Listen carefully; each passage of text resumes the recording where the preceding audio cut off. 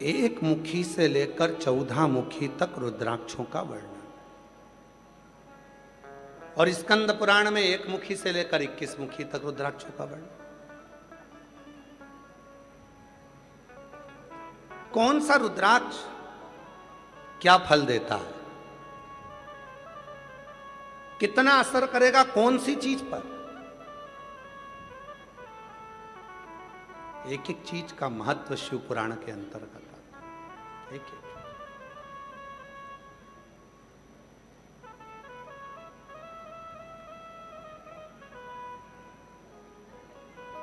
अभी इस कथा के बाद में ये कथा जो चल रही है, ये 24 तारीख को विराम होगी। 7 दिन की कथा 18 तारीख से प्रारंभ हुई है, 24 जून को विराम होगी।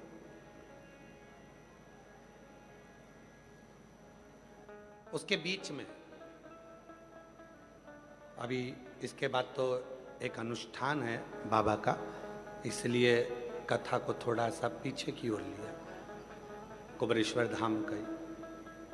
तो उस अनुष्ठान में हम रहेंगे, तो बीच में छुट्टी ली है थोड़ा, और उसके बाद में कथा हम प्रयास करेंगे कि ऑनलाइन उसमें आपको एक मुखी से लेकर 14 मुखी और एक मुखी से लेकर 21 मुखी कौन सा रुद्राक्ष किस स्थान पर रख दिया जाए कि उसकी वहां पर ऊर्जा इतनी तीव्र रहे कि व्यक्ति के जीवन के सारे दुखों का नाश होना प्रारंभ हो जाए। प्रयास करेंगे कि उस कथा को जनमानस तक भेजा जाए, उस कथा को बात।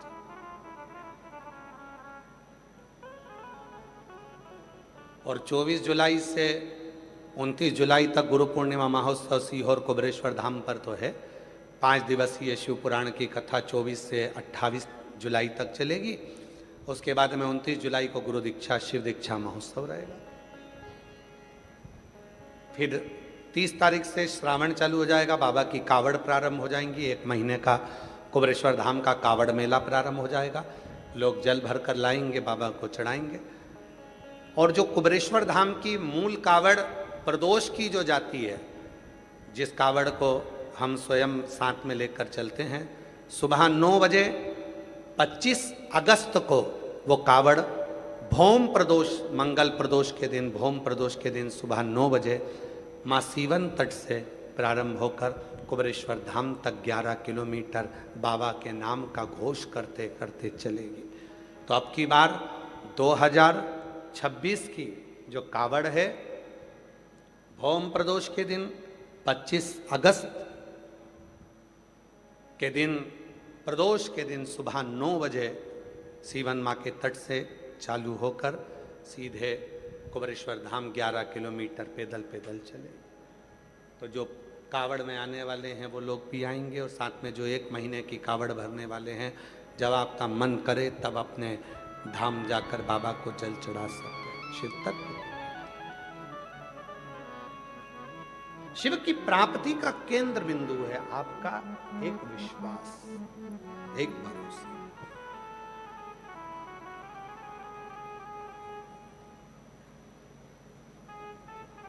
महाराज,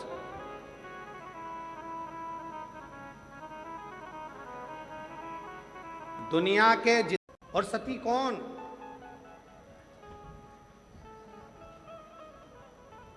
दक्ष प्रजापति के घर में कई कन्याओं का जन्म हो गया। कन्याओं के जन्म के बाद दक्ष प्रजापति ने फिर माँ जगत जननी दुर्गा की आराधना साधना करी और विनय करा कि मेरे घर में एक बेटी का जन्म और हो जाए, मेरे घर में एक बेटी का जन्म और हो।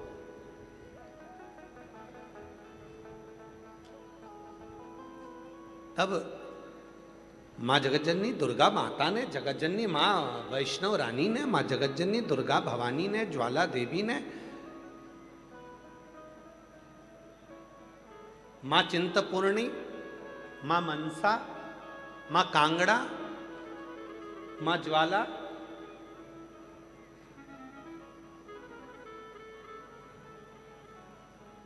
देवी ने आकर दर्शन दिया दक्ष प्रजापति को और दक्ष प्रजापति से कहा कि तुम बेटी मांग रहे हो? बेटी?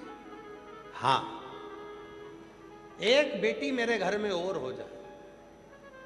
तुम्हारे घर में इतनी सारी बेटियों का जन्म हुआ और उसके बाद फिर बेटी मांग रहे हो? हाँ, मुझे एक बेटी और चाहिए। तब मां दुर्गा भवानी ने, जगत जननी जगदम्बा अम्बा पार्वती जी, स्वयं मां दुर्गा माता ने, वैष्णो देवी ने, मां अम्बा जगदम्बा शेरावाली ने कहा कि दक्ष प्रजापति, अब तुम बेटी मांग रहे हो तो बेटी ढूंढने कहाँ जाऊंगी?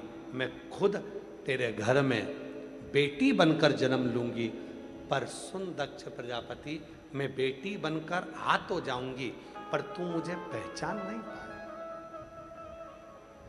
तू मुझे जान नहीं सकता।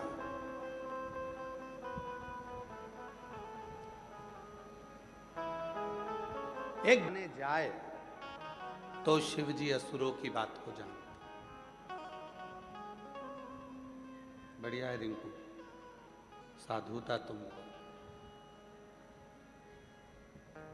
एक बार साउंड वाला, ये वैभव, ये कुर्सी, ये पद, ये प्रतिष्ठा, सब मेरा कुछ भी नहीं है, सब उसी का है। उसने तो मुझे बस लाकर बिठाया है कि तुझे संभाल, ये मेरा नहीं। शिव महापुराण के महत्तम में वेदव्यास जी ने वर्णन किया, कथा का जजमान मिल नहीं रहा था तो कथा का जजमान चंचुला देवी ने शिव और पार्वती को बना, शंकर पार्वती। कल कथा में दर्शन करे थे ईश्वर गोरा के, शिव पार्वती यजमान बने थे।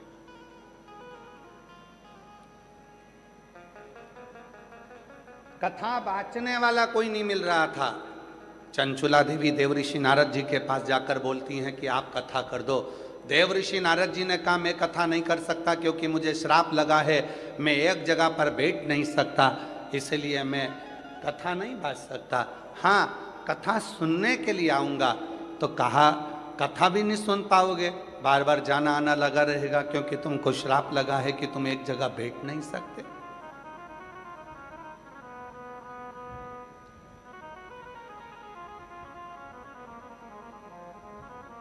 तो कथा कौन बांचेगा? तब देवऋषि नारद जी अपने मित्र के पास में ले गए और तुमरुका जी से विनय करा कि आप कथा बांचो। तुमरुका जी कहते हैं, मेरे बस की बात नहीं है शिव पुराण की कथा कहना, स्वयं महादेव बांचेगा। इसलिए तुमरुका जी का नाम तुमरुकेश्वर महादेव हो गया।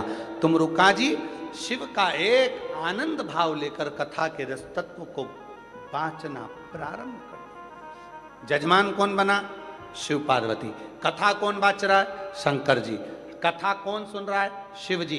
अब कथा करवा कौन रहा है? तो कथा करवाने के लिए चंचुला देवी से पूछा गया, क्या तुम कथा करवा सकती हो? चंचुला देवी कहती है, मेरी सामर्थ्यता नहीं कि मैं शिव पुराण की कथा को करवा सकूं। इस कथा को तो स्वयं महादेव और पार्वती ही करवा सकते हैं, इसलिए कथा करवाने वाला भी महादेव और पार्वती।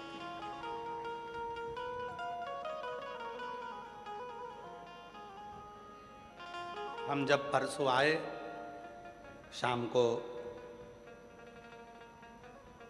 अमरजीत सिंह मेहता जी के घर पर जब पहुंचे,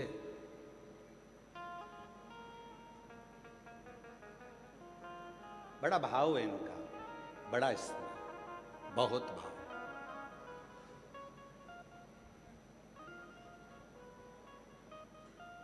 आज हम कहने में पीछे नहीं हटेंगे, अमरजीत जी आपको बहुत साधुता के साथ कहेंगे। जहाँ पर भी कथा करने के लिए जाते हैं वहाँ भोजन बनाने वाले को लगाया जाता है, ब्राह्मणी को। पर अमरजीत जी, हम धन्यवाद देते हैं आपकी धर्म पत्नी को, जीजी बाई को, कि 3 बार कथा करने के लिए यहाँ आए और तीनों बार भले ढेरों सारों काम करने वाले लगे हों, नौकर चाकर ढेर सारे काम करने वाले सेवादार लगे हों, पर भले सबका भोजन कोई भी बनाए, पर हमारी जीजी बाई अमर सिंह जी मेहता जी की धर्म पत्नी, हम ये तीसरे वर्ष में देख रहे हैं, 7 दिन जब तक हम इनके यहाँ रहते हैं तब तक हमारे भोजन बनाना भी स्वयं, हमारे बर्तन को साफ भी स्वयं, और भोजन सब्जी काटना, संभालना, बनाना, सब सामग्री एक जैसे माँ अपने बेटे को भोजन कराती है, से अन्नपूर्णा की तरह हमारी जीजी भाई हमको प्रसाद करती। मैं साधुता दूंगा इसके।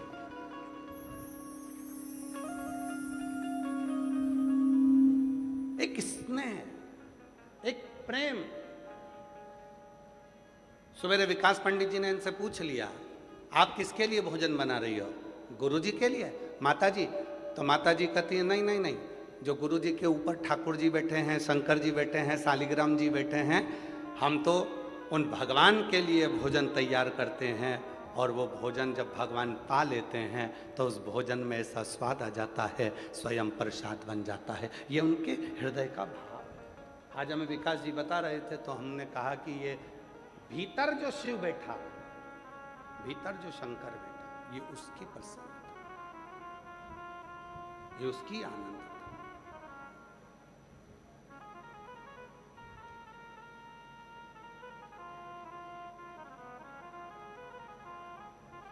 दिखावा नहीं है, ये प्रेम है। और शिव को क्या चाहिए? कल कथा में कहा था 8 घंटे, 24 घंटे, 10 घंटे बैठकर आप भगवान का नाम जाप करिए। भगवान से आप ये आशा मत रखना कि भगवान तुम्हें मिल जाए। 8 घंटे बैठकर भी अगर आप भजन करोगे, 10 घंटे तक बैठकर अभिषेक कर रहे हो, लाओ गन्ने का रस लाओ, लाओ मैंगो का रस लाओ, लाओ ये लाओ, लाओ वो लाओ, सारी दुनिया की सामग्री लाकर तुमने शंकर जी को सारा रस चढ़ा दिया, सारा दूध चढ़ा दिया, दही चढ़ा दिया, ढेरों सामग्री तुमने शिव जी को चढ़ा दी। भूखे भी रहे, प्यासे भी रहे, और खूब 24 घंटा तुम शंकर जी पे सेवा भी करते रहे, और तुम सोचो कि शिव जी मुझ पर कृपा कर दें। शंकर कहते हैं कि मैं दिखावे से परे हूँ, तू कुछ मत दे, केवल एक बार मौन होकर, शांत होकर, हृदय से मुझे पुकार कर देख, श्री शिवाय नमस्तुभ्यम बोल कर देख, ओम नमः शिवाय बोल कर देख। जब तेरे हृदय की वाणी मुझ तक पहुंचेगी, तुझे कुछ नहीं देना पड़ेगा, मैं खुद तेरे पास आकर खड़ा हो जाऊं स्वयं। कोई वस्तु की चाह शिव को नहीं है। एक पत्र आया है, अच्छा है।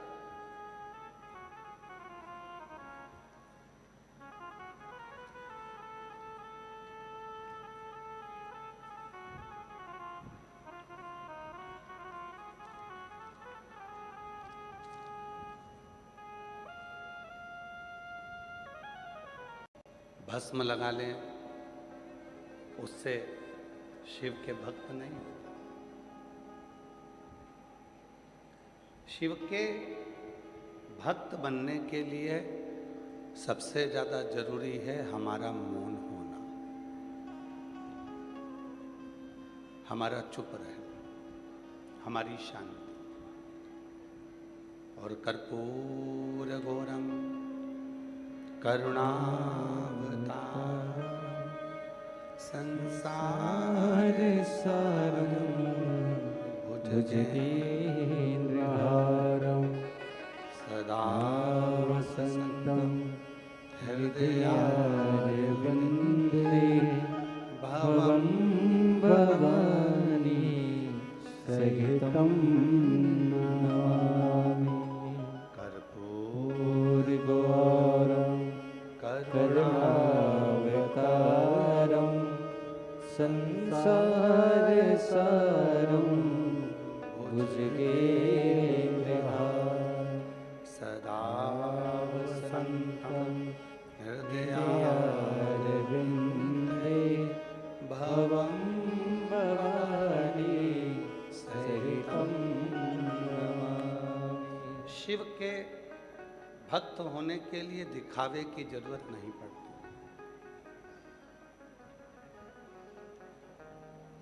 शिव उपासक होने के लिए दिखावे की जरूरत नहीं पड़ती। शिव उपासना के लिए दिखावे की जरूरत नहीं पड़ती। केवल भीतर शांति हो, मुख में शिव का नाम हो, अपने भीतर उस परमात्मा के नाम जाप का स्मरण हो, और कुछ है। आपके गले में रुद्राक्ष पड़ा हुआ है,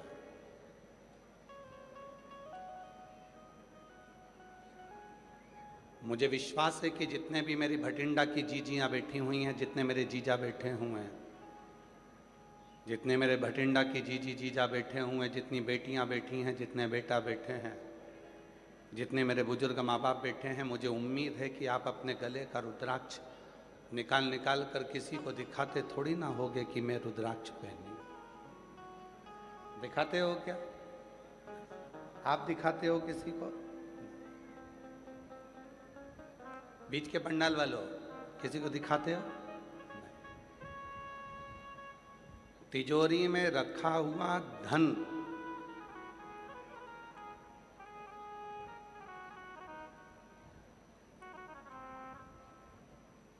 हम किसी को दिखाते नहीं हैं। घर में बना हुआ भोजन हम किसी को दिखाते नहीं हैं। घर में रहने वाली बहू को, बेटी को, लड़की को हम बार बार किसी को दिखाते नहीं।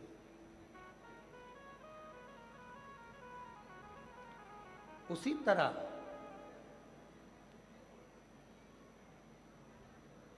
भगवान की अविरल भक्ति को, भगवान के स्मरण को, भगवान के भजन को, भगवान के मंत्र जाप को, भगवान शंकर की अविरल भक्ति को हम दुनिया के लोगों को कैसे दिखाएं?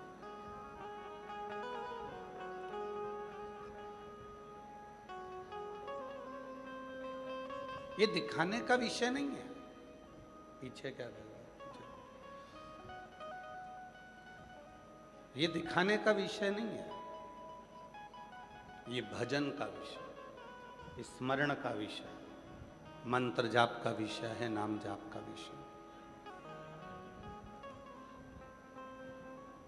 जिस दिन तुम अपनी भक्ति को दिखाना प्रारंभ कर दोगे, उस दिन शंकर तुमसे बहुत दूर हो जाएगा,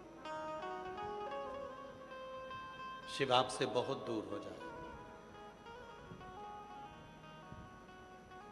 शिव महापुराण की कथा में आप कई सालों से कथा को श्रवण कर रहे हैं।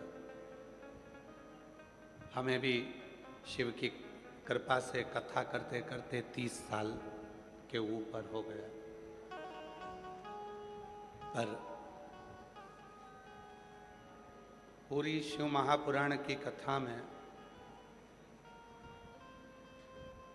पीछे का कोई साउंड का तार टूटा हुआ है, जुड़ रहा है, 2 मिनट में जुड़ जाएगा, चालू हो जाएगा। पूरे 30 वर्ष की कथा में कहीं पर भी आपको शिव महापुराण के भीतर कोई भक्ति का दिखावा सामने नहीं आएगा। अगर आएगा तो केवल मेरा भोलेनाथ ही सामने आएगा और उसका भजन ही सामने आएगा।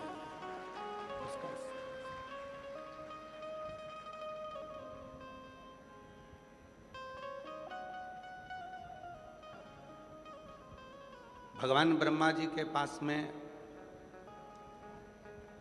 असुरों की बात जाती है, भगवान विष्णु के पास में असुरों की बात जाती है, इंद्रदेव के पास में असुरों की बात जाती है, गरुण वरुण के पास में असुरों की बात जाती है। पर केवल एक देव अधिदेव महादेव ऐसे हैं जिनके कैलाश पर असुरों की बात नहीं जाती। कोई बताने जाए तो शिव जी असुरों की बात को जानते। बढ़िया है रिंकू, साधुता तुमको। एक बार साउंड वाले के लिए भी जोरदार ताली बजाओ। अच्छा साउंड।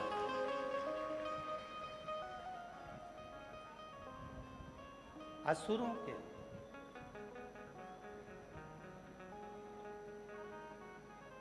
ब्रह्मा जी के पास बात गई असुरों की, भगवान नारायण के पास बात गई असुरों की,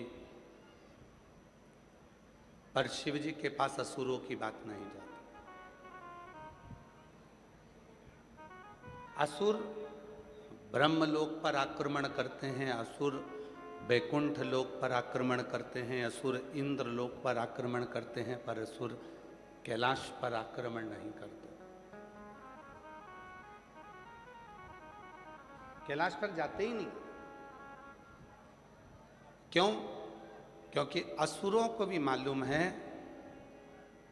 कि ब्रह्मलोक, वैकुंठ लोक, इंद्र लोक, ये सारे लोकों में असुरों का संहार किया जाएगा और उनको नरक में ले जाकर पटक दिया जाएगा। पर केवल एक शिव का धाम कैलाश ऐसा है, अगर कोई असुर भी पहुंच गया तो उसका संहार नहीं होगा, वो शंकर के धाम में ही उनका गण बनकर रह जाएगा और उनके गणों की गिनती में। रावण शिव जी के गणों की गिनती में आते हैं।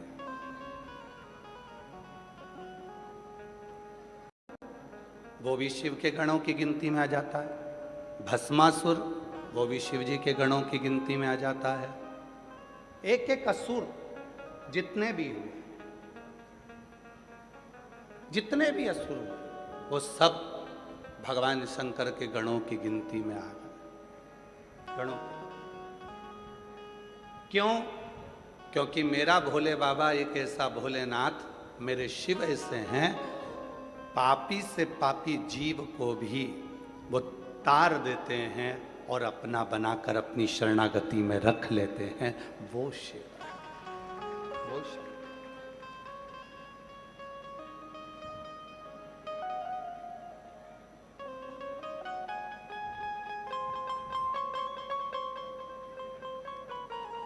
वो शंकर हैं।